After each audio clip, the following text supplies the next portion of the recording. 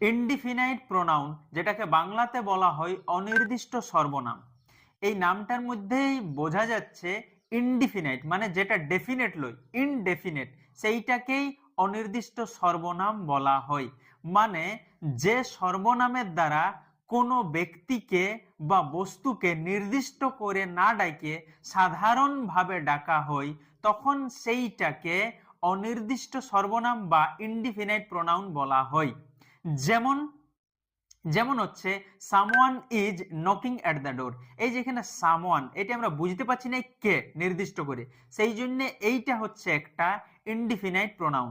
সেরকমই হচ্ছে anything is possible. এই যে এনিথিং, কোন জিনিসটা পসিবল না এনিথিং, এটা একদম নির্দিষ্ট করে বোঝা যাচ্ছে না, সেই জন্য এইটাও হচ্ছে একটা ইনডিফিনাইট প্রোনাউন। সেই রকমই যদি আমি বলি যে সামওয়ান হচ্ছে, এনিওয়ান হচ্ছে, এভরিওয়ান হচ্ছে, সেরকম হচ্ছে সামথিং, এনিথিং, এভরিথিং, এগুলা সবেই ইনডিফিনাইট প্রোনাউন।